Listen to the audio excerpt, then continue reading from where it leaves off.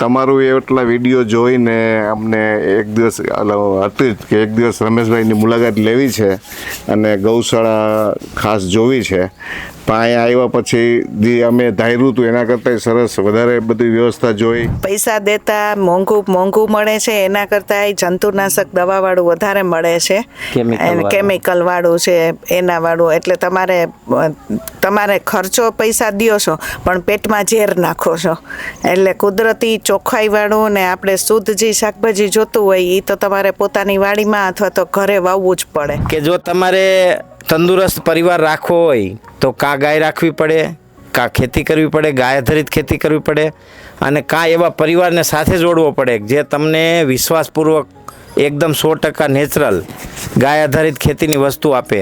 તમારો આ પ્રોજેક્ટ જોયો ખૂબ આનંદ થયો. ગોબર ગેસનો પ્લાન છે, એમિનો એસિડ બનાવવાનો પ્લાન છે, અને હજી આ નેચરલ ખેતી.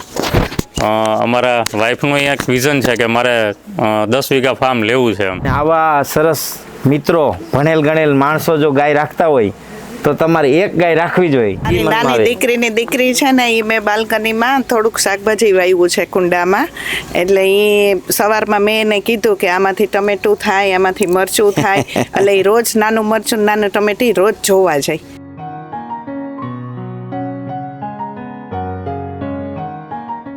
ગાય ગામડુંની ખેતી ભલે ને શહેરમાં રહેતા હોય પણ ગામડાના વિચાર ધરાવતા હોય એવા માણસો આવે ને તોય માણસને આનંદ આવે. એવા જ મારા મિત્ર છે ચંદુભાઈ હુંબલ, જો કે અગ્રણી ઉદ્યોગપતિ છે રાજકોટમાં, અને એમને રાજકોટની અંદર 12 કે 13 ગાય છે. કેટલી ગાય છે? નાના મોટા 20 છે. 20 ગાય રાખે છે. એવા જ અમારા મિત્ર છે પ્રકાશભાઈ પણ રાજકોટમાં રહે છે. એમણે રાજકોટ લેવા ગાય લીધી હતી પણ કોઈ અનિવાર્ય કારણોસર ગામડે રાખી દીધી. પણ હવે આપણે એવું વિચારીએ છીએ કે પાછા પ્રકાશભાઈ ગાય લઈએ, બરાબર ને? પ્રકાશભાઈ, આજે તમે અહીંયા આવ્યા, ચંદુભાઈ તો ઠીક છે અમારા મિત્ર છે ને આવતા હોય, કંઈક અમારે એકબીજાને સ્વાર્થ હોય, પણ તમે આવ્યા એનું કારણ શું એમ? એક તો ચંદુભાઈ અહીંયા આવી ગયા હતા અને તમારું એટલા વિડીયો જોઈને અમને એક દિવસ હતું જ કે એક દિવસ રમેશભાઈની મુલાકાત લેવી છે અને ગૌશાળા ખાસ જોવી છે. પણ અહીંયા આવ્યા પછી જે અમે ધાર્યું હતું એના કરતાં સરસ વધારે બધી વ્યવસ્થા જોઈ. ગૌશાળા આખી ચક્કર મારી, બીજી બધી વ્યવસ્થા જોઈ, અને એકદમ બહુ જ ગામડાનું પ્રાકૃતિક વાતાવરણમાં હોય અને એકદમ બહુ જ ખૂબ જ આનંદ થયો છે. એટલે જેને સિટીમાં રહેતા હોય છે એને આવી જગ્યાએ જાય અને ફેમિલી સાથે જવું જોઈએ, અને બાળકોને ખ્યાલ આવે કે કેવી રીતે પ્રકૃતિની અંદર કેવી રીતે ગૌ માતાની સાથે એનો લગાવ વધે, અને ઘણું બધું અહીંયા શીખવાય મળે, જાણવાય મળે. રમેશભાઈ ઘણા બધાને પ્રેરણા આપે છે અને ઘણા બધા અહીંયા આવે છે. તમે ગાય લેવાનું કહેતા હતા હમણાં કંઈક? ગાય હવે મારે તો રાખવી જ છે, રાજકોટ જ રાખવી છે. ના, હું તો બહુ પાછળ લાગી છું. મને ખુદને ગાય દોતા આવડે છે. હા, મને બહુ શોખ છે ને ઘરના દૂધ છાશ ઘી ખાવા મળે. એટલે મારા દીકરો ને વહુ છે એ બહુ પાછળ લાગ્યા છે કે ઘરનું દૂધ ને ગાય મળે. મમ્મી એમને અમારા વંદન કેજો તમારા દીકરા ને વહુ ને. હો, ચોક્કસ. છોકરાઓને તો બહુ આનંદ આવે છે આ બધું કુદરતી પ્રકૃતિ ખાવા મળે એનું.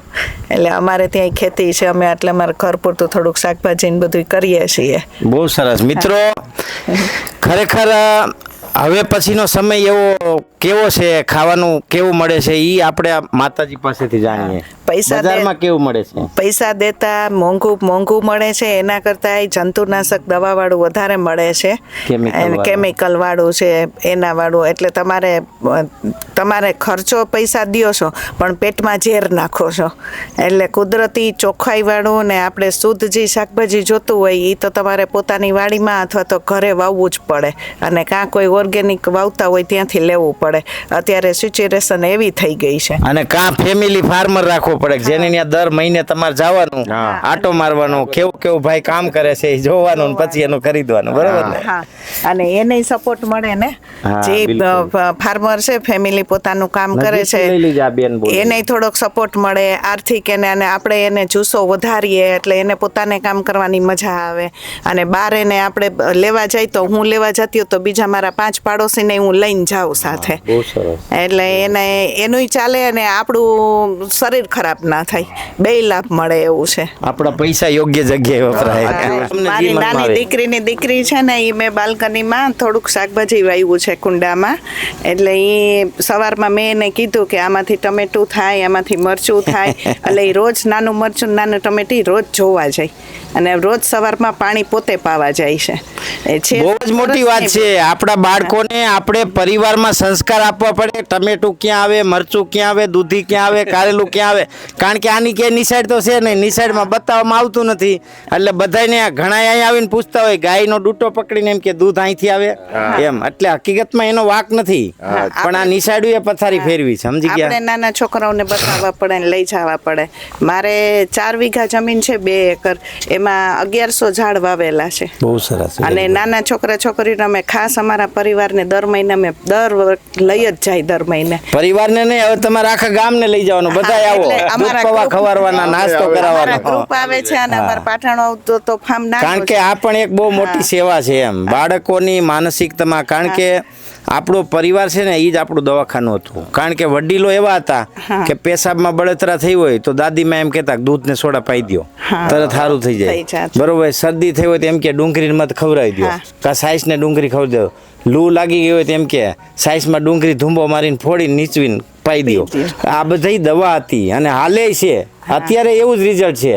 પણ આ પ્રોબ્લેમ એ થયો કે આપણે વધારે નિસાઈડમાં ભણ્યા ને, એટલે નિસાઈડ વાળા આ મેમરી ડિલીટ કરી દીધી. તમારા બાપ દાદાની છે ને બધી ખોટી છે, અમે કઈ જ સાચી છે. એટલે હવે આપણને જે પેરાસિટામોલ ને આ જ બધું ફાવે, એટલે હવે સીધા એમાં જ વ્યા જાય. રમેશભાઈ, સિટીમાં છોકરા ભાગદોડની જિંદગીમાં સૌથી વધારે મેઇન પ્રોબ્લેમ છે ને સ્ટ્રેસનો છે.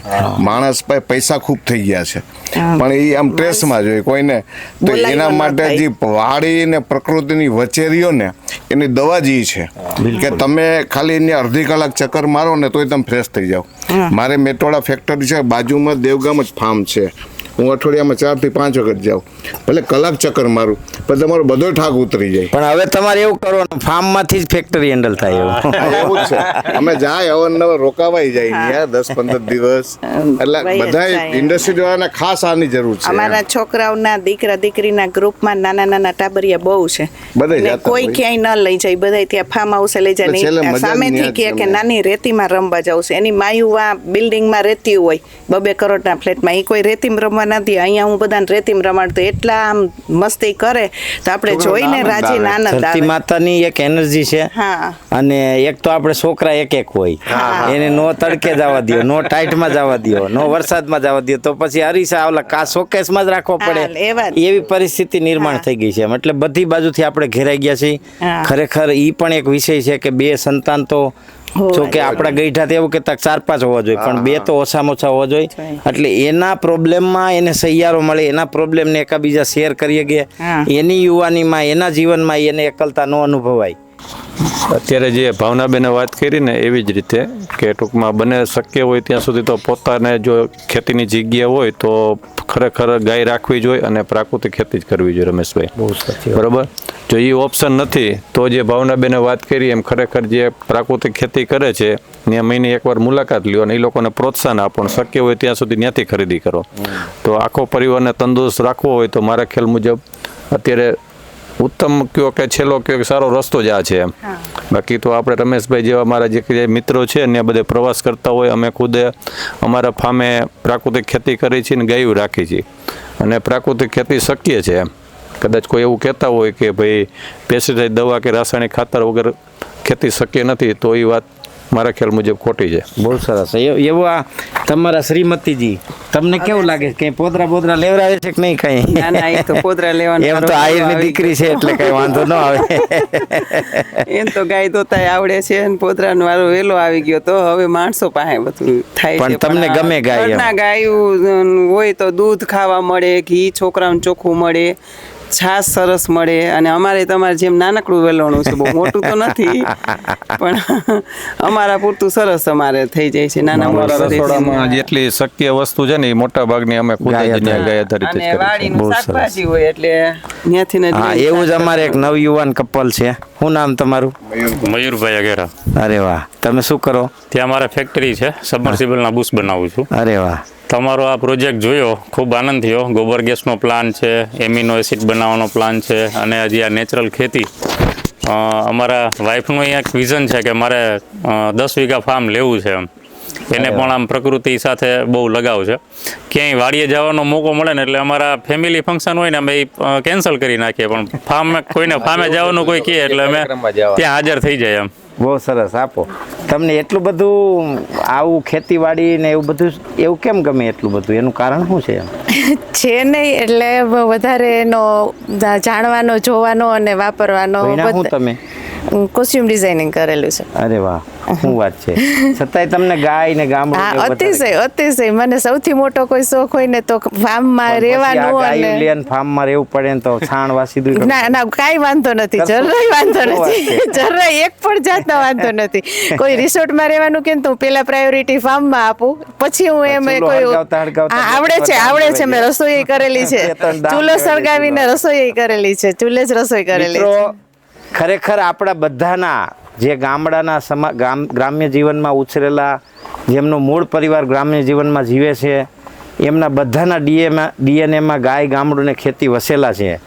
અને કદાચ આપણે 5,000 કરોડનું કોમ્પ્યુટર વસાવી લઈશું, પણ એ કોઈ દી આપણને દૂધી, ઘઉંનો દાણો, કારેલા, દૂધ, ઘી એવું ક્યારેય નહીં બનાવી દે. એટલે સંપત્તિથી સુખ મળે એવું માનવું કદાચ મને એવું લાગે છે કે ભૂલ ભરેલું છે.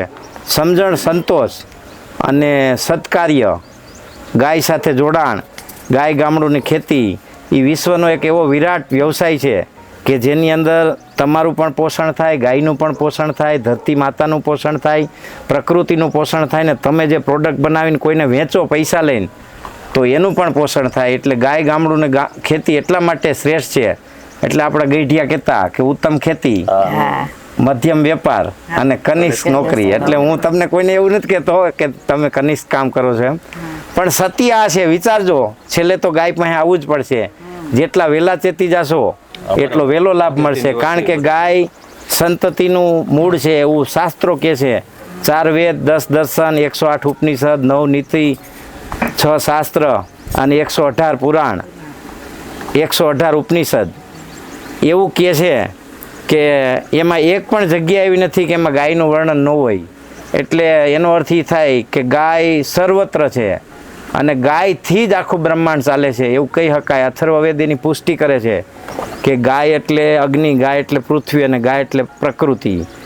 છતાંય જો આપણને નથી સમજણમાં આવતું, એનું પરિણામ તમે જોઈ રહ્યા છો. ગામડે ને ગામડે નાના ગોંડલ જેવા શહેરમાં IVFના સેન્ટર ખુલે છે. એનું કારણ માત્ર ને માત્ર અનિયમિતતા, કેમિકલવાળો આહાર અને જીવનના આરોગ્યમાંથી, આહારમાંથી ગાયની બાદબાકી. માટે ચેતવાનો સમય છે. અને આવા સરસ મિત્રો, ભણેલ ગણેલ માણસો જો ગાય રાખતા હોય તો તમારે એક ગાય રાખવી જોઈએ. અને જો કદાચ અનિવાર્ય તમે રાખી શકો એમ ન હોય તો આવા પરિવારોને ત્યાં જોડાવવું જોઈએ કે જેથી કરીને તમારો પરિવાર પણ ગાય સાથે જોડાય. જય ગો માતા, વંદે ગો માતરમ.